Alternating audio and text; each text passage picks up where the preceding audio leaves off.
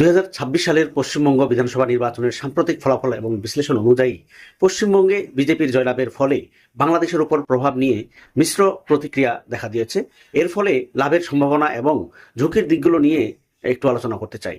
সম্ভাব্য লাভের দিকগুলো এর মধ্যে একটি হচ্ছে তিস্তা পানি বন্টন চুক্তি।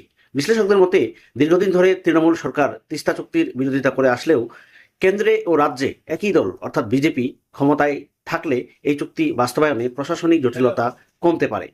বাণিজ্য ও যোগাযোগ ক্ষেত্রে কি হতে পারে?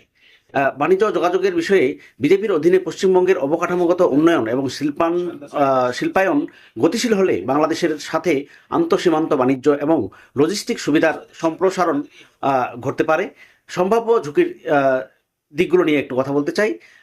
এনআরসি, এটা আপনারা সবাই জানেন, এবং সিএএ, এই দুই ইস্যু নিয়ে বিজেপি কঠোর অবস্থান নেওয়ায় বাংলাদেশে অনুপ্রবেশ বা পুশব্যাক নিয়ে উদ্বেগ রয়েছে।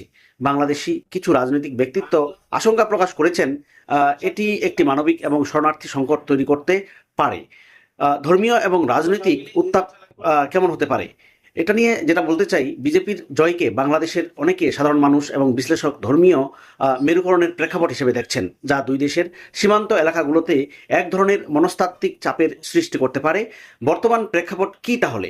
বর্তমান প্রেক্ষাপট হচ্ছে 4ই মে 2026, অর্থাৎ আজকে নির্বাচনী ফলাফল অনুযায়ী বিজেপি 180টিরও বেশি আসনে এগিয়ে থেকে প্রথমবারের মতো পশ্চিমবঙ্গে জয়ের পথে রয়েছে।